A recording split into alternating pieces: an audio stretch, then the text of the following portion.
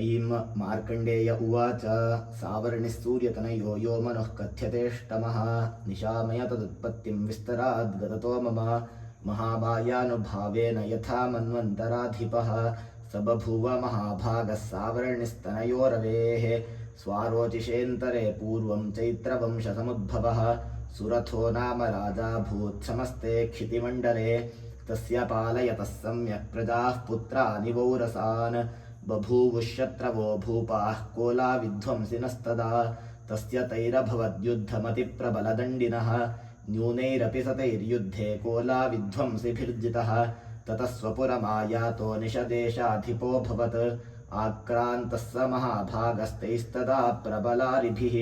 अमात्यैर्बलुभिर्दुष्टैर्दुर्बलस्य दुरात्मभिः कोशो बलं चापहृतं तत्रापि स्वपुरे ततः ततो मृगया व्याजेन हृतस्वाम्यस्य भूपतिः एकाकी हयमारुह्य जगाम गहनं वनं स तत्राश्रममद्राक्षी द्विजवर्यस्य मेधसः प्रशान्तश्वापदाकीर्णं मुनिशिष्योपशोभितं तस्थौ कञ्चित् सकालं च मुनिना तेन सत्कृतः इतश्चेतश्च विचरं तस्मिन् मुनिरवाश्रमे सोचिन्तयत्तदा तत्र मम त्वाकृष्टमानसः मत्पूर्वैः पालितं पूर्वं मया हीनं पुरं हि तत् मद्भृत्तैस्तैरसद्वृत्तैर्धर्मतः पाल्यते न वा न जाने सप्रधानो मे शूरो हस्ति सदा मदः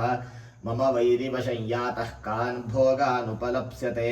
ये ममानुगता नित्यं प्रसादधनभोजनैः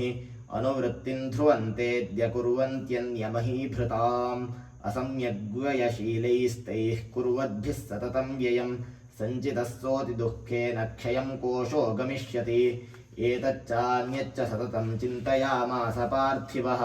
तत्र विप्राश्रमाभ्यासे वैश्यमेकं ददर्शसः सपृष्टस्तेन कस्त्वं भो हेतुश्चागमनेऽत्र कः सशोक इव कस्मात् त्वं दुर्मना इव लक्ष्यसे इत्याकर्ण्यवचस्तस्य भूपतेः प्रणयोदितं प्रत्युवाच सतं वैश्यः प्रश्रयामनतो नृपं वैश्य उवाच समाधर्नाम वैश्योऽहमुत्पन्नो धनिनां कुले पुत्रदारैर्निरस्तश्च धनलोभादसाधुभिः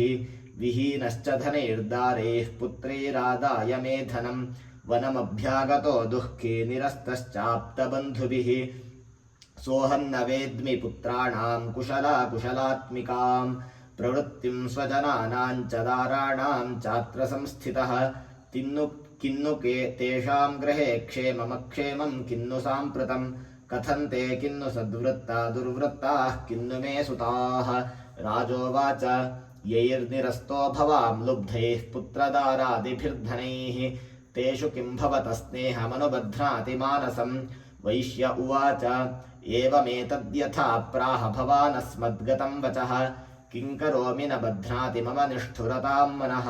यैः सन्त्यद्यपि तरस्नेहं धनलुब्धैर्निराकृतः पतिस्वजनहार्दं च हार्दितेष्वेव मे मनः किमेतन्नाभिजानामि जानन्नपि महामते यत्प्रेमप्रवणं चित्तं विगुणेष्वपि बन्धुषु तेषां कृते मे निःश्वासो दौर्मनस्यञ्च जायते करोमि कियन्न मनस्तेष्वप्रीतिषु निष्ठुरं मार्कण्डेय उवाच ततस्तौ सहितौ विप्रतं मुनिं समुपस्थितौ समाधिर्नाम वैश्योऽसौ स च पार्थिवसत्तमः कृत्वा तु तौ यथा न्यायं यथार्हं तेन संविदम् उपविष्टौ कसाः काश्चिश्चक्रतुर्वैश्यपार्थिवौ राजोवाच भगवंस्त्वामहं प्रष्टुमिच्छाम्येकं वदस्व तत् दुःखाय यन्मे मनसः स्वचित्ता यत्ततां विना मम त्वं गतराज्यस्य राज्याङ्गेष्वखिलेष्वपि जानतोऽपि यथाज्ञस्य किमेतन्मुनिसत्तम अयं च निकृतः पुत्रैर्दारे भृत्यैस्तथोज्झितः स्वजनेन च सन्त्यक्तस्तेषु हार्दी तथाप्यति एवमेष तथाहं च द्वावप्यत्यन्तदुःखितौ दृष्टदोषेऽपि विषये मम त्वाकृष्टमानसौ तत्किमेतन्महाभागयन्मोहो ज्ञानिनोरपि ममास्य च भवत्येषा विवेकान्धस्य मूढता ऋषिरुवाच ज्ञानमस्ति समस्तस्य जन्तोर्विषयगोचरे विषयाश्च महाभागयान्ति चैवं पृथक् पृथक् दिवान्धाः प्राणिनः केचिद्रात्राबन्धास्तथा परे केचिद्दिवा तथा रात्रौ प्राणिनस्तुल्यदृष्टयः ज्ञानिनो मनुजाः सत्यं किन्नु तेन हि केवलम् यतो हि ज्ञानिनः सर्वे पशुपक्षिमृगादयः ज्ञानं च तन्मनुष्याणां यत्तेषां मृगपक्षिणां मनुष्याणां च यत्तेषां तुल्यमन्यस्तथोभयोः ज्ञानेऽपि सति पश्यैतान् पतङ्गान् छावचञ्चुषु कणमोक्षादतान् मोहात् पीड्यमानानपि क्षुधा मानुषामनुजव्याघ्रसाभिलाषान् सुतान् प्रति लोभात् प्रत्युपकाराय नन्वेतान् किन्न पश्यसि तथापि ममता वर्ते मोहगर्ते निपातिताः महामाया प्रभावेण संसारस्थितिकारिणा तन्नात्र विस्मयः कार्यो योगनिद्रा जगत्पतेः महामाया हरेश्चैषा तया सम्मोह्यते जगत् ज्ञानिनामपि चेतांसि देवी भगवती हि सा बलादाकृष्य मोहाय महामाया प्रयच्छति तया विसृज्यते विश्वं जगदेतच्चराचरं सैषा प्रसन्ना वरदा नृणां भवति मुक्तये सा विद्या परमा मुक्तेर्हेतुभूता सनातनी संसारबन्धहेतुश्च सैव सर्वेश्वरेश्वरी राजोवाच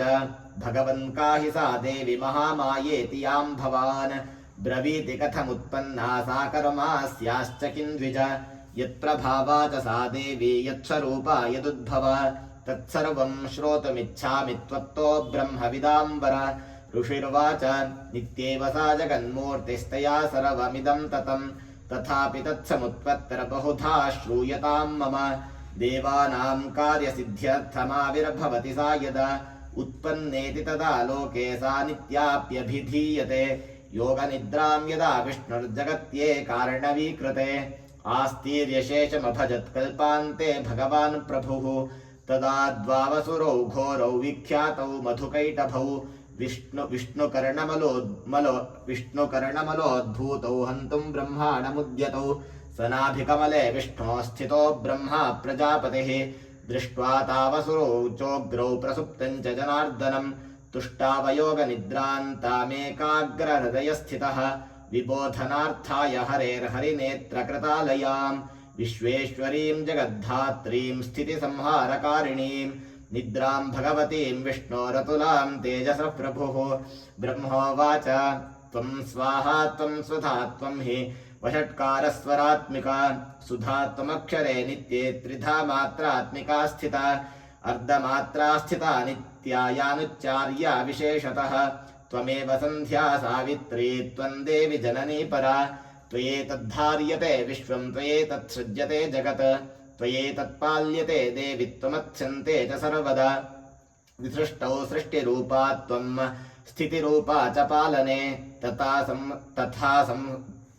संहृतिरूपान्ते जगतोऽस्य जगन्मये महाविद्या महामाया महामेधा महास्मृतिः महामोहा च भवति महादेवी महेश्वरी प्रकृतिस्त्वं च सर्वस्य गुणत्रयविभाविनी कालरात्रिर्महारात्रिर्मोहरात्रिश्च दारुणा त्वं श्रीस्त्वमीश्वरी त्वं ह्रीस्त्वं बुद्धिर्बोधलक्षणा लज्जा पुष्टिस्तथा तुष्टिस्त्वं शान्तिः क्षान्तिरेव च खड्गिनी शूलिनी घोरा गदिनी चक्रिणी तथा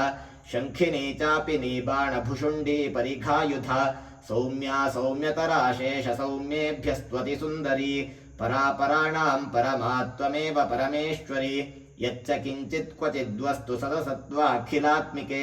तस्य सर्वस्य या शक्तिः सा त्वं किं स्तूयसे मया यया त्वया जगत्सृष्टा जगत्पात्यत्तियो जगत् सोऽपि निद्रावशं नीतः कस्त्वां स्तोतुमिहेश्वरः विष्णुश्शरीरग्रहणमहमीशान एव च कारितास्ते यतो तस्त्वां कस्तोतुं शक्तिमान् भवेत् सात्त्वमित्थं प्रभावैः स्वैरुदारैर्देवि संस्तुता मोहयैतौ दुराधरशावसुरौ मधुकैटभौ प्रबोधं च जगत्स्वामी नीयतामच्युतो लघु प्रबोधश्च क्रियतामस्य हन्तुमेतौ महासुरौ ऋषिर्वाच एवं स्तुता तदा देवी तामसी तत्र वेधसा विष्णोः प्रबोधनार्थाय निहन्तुं मधुकैटभौ नेत्रास्य नासिका बाहुहृदयेभ्यस्तथो रसः निर्गम्य दर्शने तस्थौ ब्रह्मणो व्यक्तजन्मनः उत्तस्थौत जगन्नाथस्तया मुक्तो जनार्दनः एकार्णवे हि शयनात्ततस्तददृशे च तौ मधुकैटभौ दुरात्मानावतिवीर्यपराक्रमौ क्रोधरक्ते क्षणावत्तुम् ब्रह्माणम् जनितोद्यमौ समुत्थाय ततस्ताभ्याम् युयुधे भगवान् हरिः पञ्चवर्षसहस्राणि बाहुप्रहरणो विभुः तावप्यतिबलोन्मत्तौ महामाया विमोहितौ उक्तवन्तौ वरोऽस्मत्तौ व्रियतामिति केशवम् श्रीभगवानुवाच भवेतामद्य मे तुष्टौ मम वध्यावुभावपि किमन्येन वरेणात्र एतावृद्धिव्रतम् मया ऋषिरुवाच वञ्चिताभ्यामिति तदा सर्वमापोमयम् जगत् विलोक्यताभ्याम् गदितो भगवान् कमलेक्षणः आवाञ्जहि न यत्रोर्वी सलिलेन परिप्लुता ऋषिरुवाच तथेत्युक्त्वा भगवता शङ्खचक्रगदाभृता कृत्वा चक्रेण वैच्छिन्ने जघने शिरसि तयोः एवमेषा समुत्पन्ना ब्रह्मणा संस्तुता स्वयम् प्रभावमस्या देव्यास्तु भूयशृणु वदामि ते ऐं ॐ